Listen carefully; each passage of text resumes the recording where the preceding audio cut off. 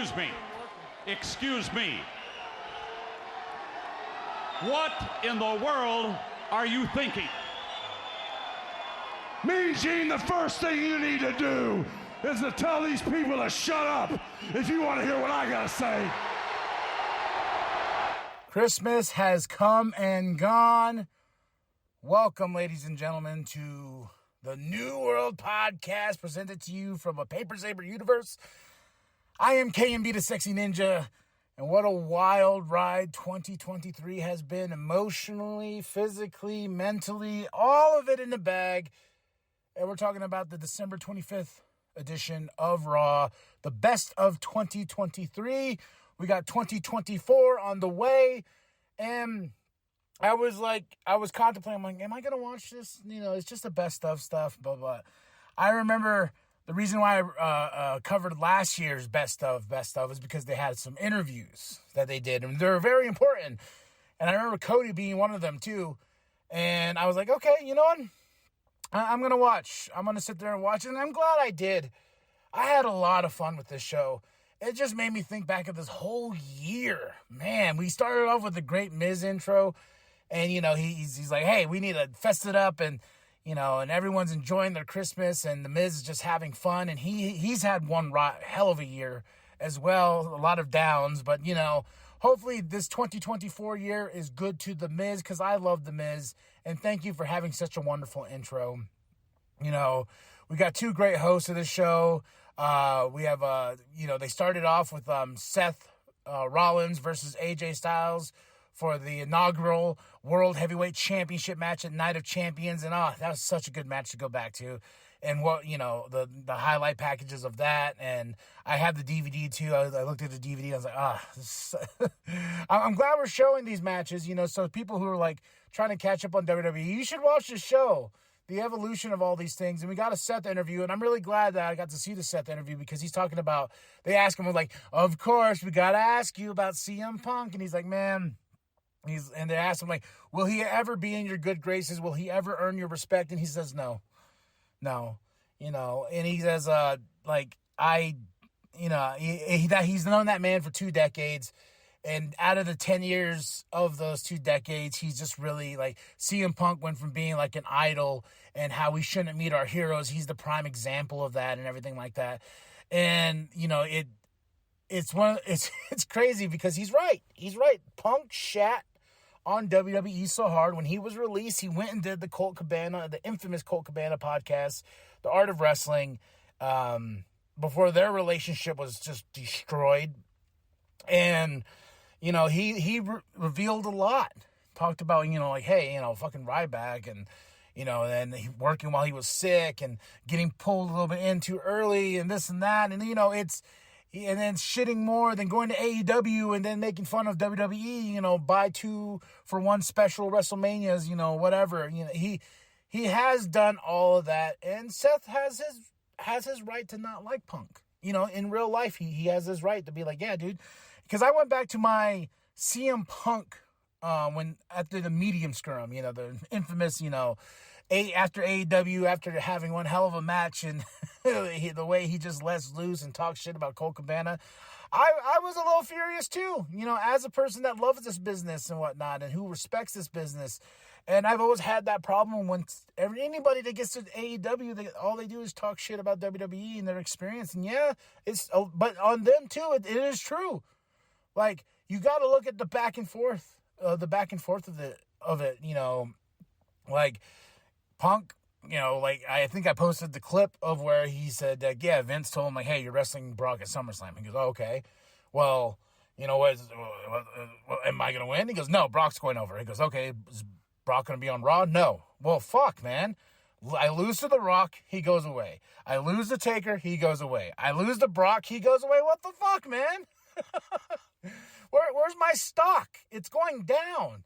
So there was frustration. So if you look at both sides of the fence, but I also look at Seth as a role model for this new age, a role model of respecting the business the way it is. And he is somebody that respects the business all the way to back in his days as in Ring of Honor and stuff like that. So I understand where Seth's coming from. I also understand that business is business, brother, whether we like it or not.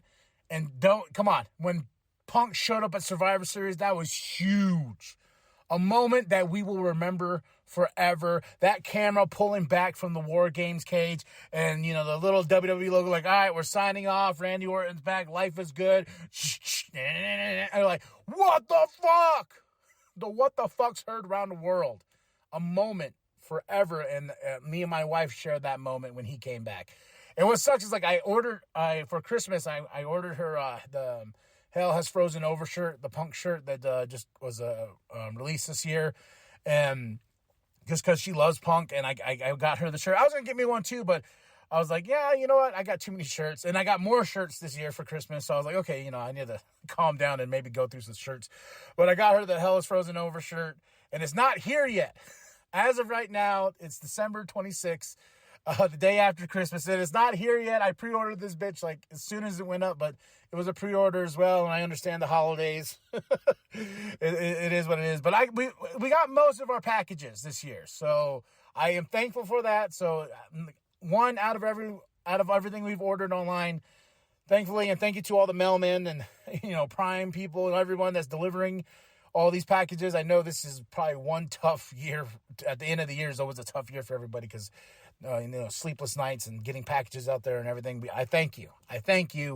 And then after that, we have the Alpha Academy, WWE shop, kind of plug. But Tozawa, look at Tozawa's year.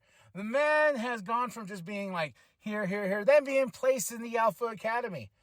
And he's getting nasty. Oh, he's getting nasty with that dance. And how that dance got a little viral, it's pretty cool to see Tozawa get some love here. And then they got a big show tonight at Madison Square Garden in New York. The big garden show. So I wish we could watch those shows, man. I wish WWE was like, if you sign up for Peacock and pay a little bit extra more, you can see the live shows. But, these are shows where the wrestlers can have fun. They can try new things out. So I understand why they don't air these shows. Jade Cargill, talking about her. She's here in WWE. I saw this great thing someone put up. It's like, the reason why Jade has not debuted yet is because WWE is teaching her the right way to wrestle and not what Tony Khan did with her. I was like, yeah. I don't think of any Jade Cargill match that really pops out of my brain. Maybe her last one. Sharpening them tools as best as you can and just being thrown in there. But, she's getting the proper tools now. And I know she will debut at the Royal Rumble. Jade Cargill is here, and she's a major threat. And speaking of major threats, talk about a contender for match of the year. My favorite match, Charlotte Flair versus Rhea Ripley at WrestleMania. Oh, my God. I want to go back and listen to those reviews because I remember like they're night and day. WrestleMania Night 1 was fantastic. WrestleMania Night 2 was okay. And the disappointing ending with Cody. And I even recorded myself watching the Roman Reigns and Cody match and being like, woohoo! Then at the end of it, I'm like, fucking Roman Reigns. But this was the highlight of that weekend, man. Next to the Sammy and Kevin winning the tag team championships from the Usos. Charlotte and Rhea, if you watch this, after rewatching this today, I was like, holy shit, man, this is a match of the year contender. Like, these two beat the shit out of each other. And that great moment after Rhea wins and they cut to Charlotte, she's on the floor. She just has this big smile on her face like, damn it, kid. We accomplished something and we accomplished something great. Oh, man. So good. Rhea, she's got her big match against Ivy Nile next week on day one. And we got a crazy next week for WWE. I'm excited to see Rhea versus Ivy. I'm really excited to see Rhea versus Ivy, man. So, even though we're getting all this stuff here, it's just nice to just go back and look at this year. Like Logan, the next one was Logan Paul and Ricochet's feud at SummerSlam. This was just packaged up, but when Logan made Samantha say his name as the winner, man, that was the ice, that was the cherry on top of that feud, and that feud is not over. They had the great moments of at the Royal Rumble when they went smack to each other and everything, like jumping off rope, and off the top rope. And Logan winning the United States Championship. Like it or not, man, WWE Logan is the shit. Outside Logan, I don't know. I don't mess with that. Then we have Bad Bunny versus Damian Priest at Backlash in a San Juan street fight. Oh, so fun to watch this match again. And the big return, Carlito. Talk about returns this year. Carlito returned to WWE. And during this Bad Bunny versus Damian Priest match, and man, Judgment Day, everything, just, chaos, such a fun match. We got a little bit of the WWE community and what they do, Make-A-Wish Foundations and all that. I appreciate.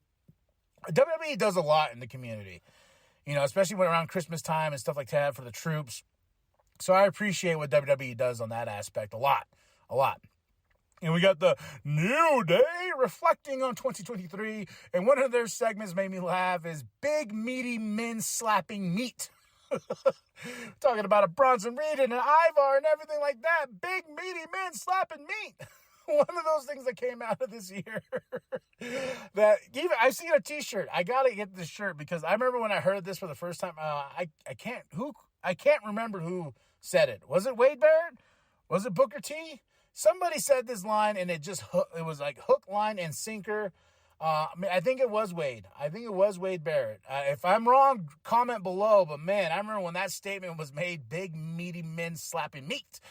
Tag team and the status of it, what we got from the New Day, the big hits, like whose hit you don't want to go to. Tozawa, showing some love to Tozawa, getting nasty.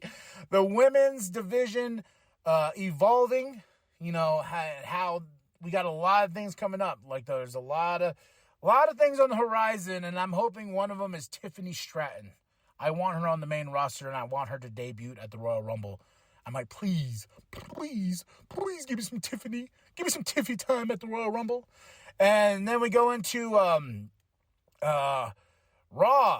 You remember this match? Chad Gable versus Gunther for the Intercontinental Championship. Oh, so good. So good. This was another contender for match of the year.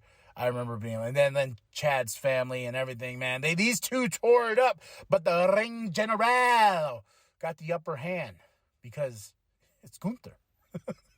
Paul Heyman reflecting on Roman Reigns' 1,212 days as champion. He's talking about Roman Reigns doing a three-peat at WrestleMania again. It's been a long road with Roman, and like him or hate him or, whatever you want to, he's the tribal chief, and he's planted his flag into WWE as being the mainstay and, going.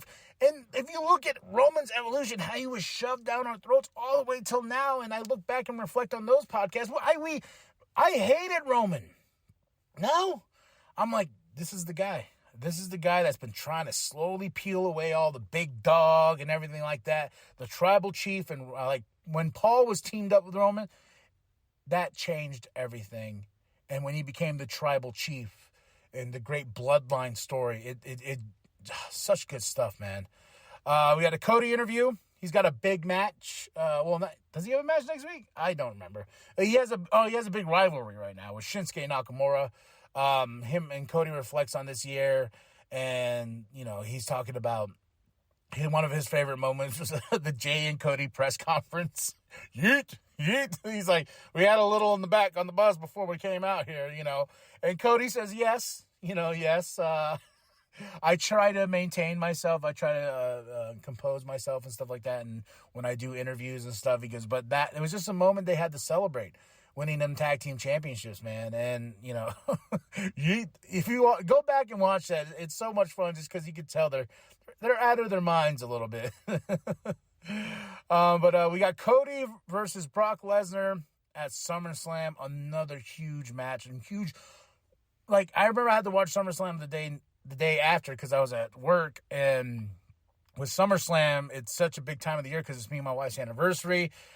She didn't watch it. She waited to watch it the next day with me because WWE, go back to Sundays. Please. But Cody versus Brock at SummerSlam, and that great moment at the end of that match after Cody wins. This was the rubber match. Cody beats Brock, and Brock does something that I've never seen done. He brings in Cody for a hug. Even Cody's like, oh, shit, what's going on?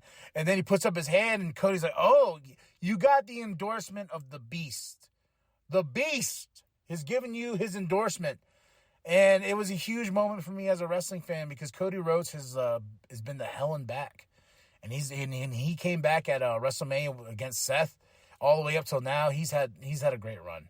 And this rivalry with Brock was super fun. You know, Cody got one, Brock got one, and it was the big payoff at SummerSlam in Detroit. They have a Becky versus Tiffany package for the NXT Championship. Becky beat Tiffany, but some of my favorite matches right there with Becky and Tiffany, especially at I believe it was No Mercy between the two at the rematch. Tiffany Stratton, I'm excited to see her move up. I'm very excited to see her move up.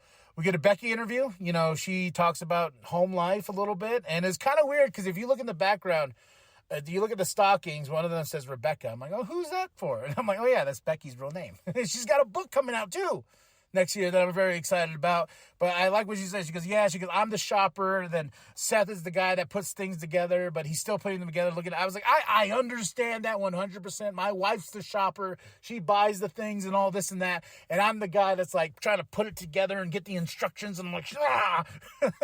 So it's really cool to, you come down to earth and you realize like these guys are just people as you, even though I put them on such pedestals of gods and whatnot. And, rightfully so. And I do that with a lot of artists, like music and stuff like that. Like every artist I've ever met, especially with music, I'm like, dude, I wish I could do what you do. You're, keep doing you. And they're always like, dude, you're being too humble. No, man, you're the shit. And I love telling people that do this kind of thing. And I love, giving flowers when it's due. And I look at all these wrestlers here in WWE and AEW and across the board that put in work to entertain us. So thank you. Thank you.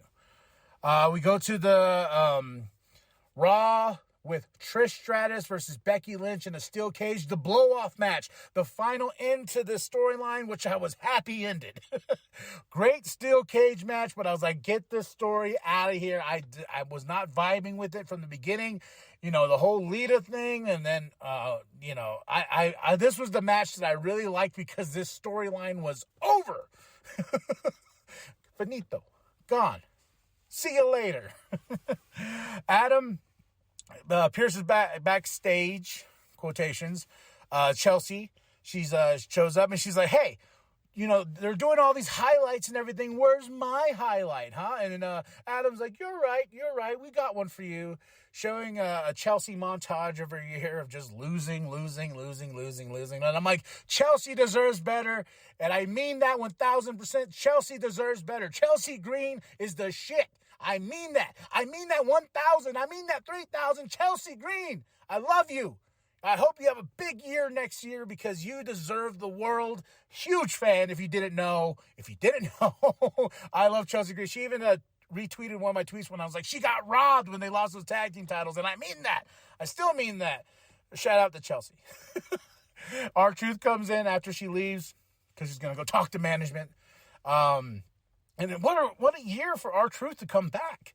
This whole Judgment Day thing has been so great and silly. Just showing up in their clubhouses and everything.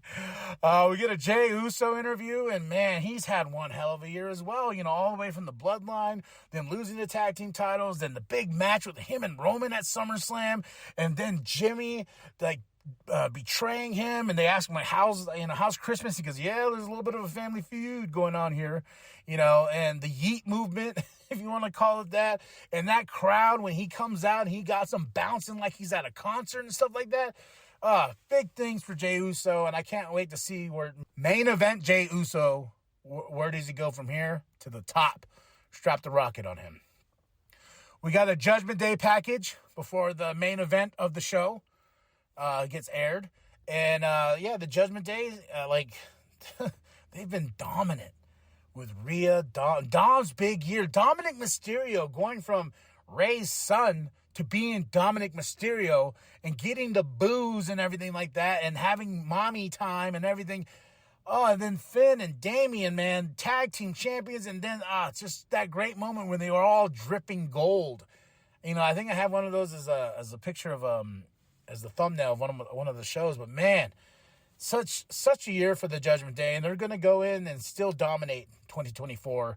And Rhea Ripley's got that big match next week, so day one, baby. And they got a lineup too, man. They got Raw day one, then they got NXT New Year's Evil, then they have SmackDown New Year's Revolution. Whew. It's going to be one hell of a week to enter 2024. Now the men's War Games match. The Judgment Day with Drew McIntyre versus Sammy, Seth, Cody, and Jay, and Randy's big return, Randy Orton. Oh, it was really fun to see. They didn't show the entire match. They showed when Drew got in so he can get his hands on Jay. That was the whole reason why he was helping the Judgment Day, why he made the deal with Mommy and everything like that, just to get his hands on Jey Uso. Randy comes in at the last minute. Boom. They just brawl it out. Big fight. I will still say the women's War Games match was a little bit better, just in my opinion.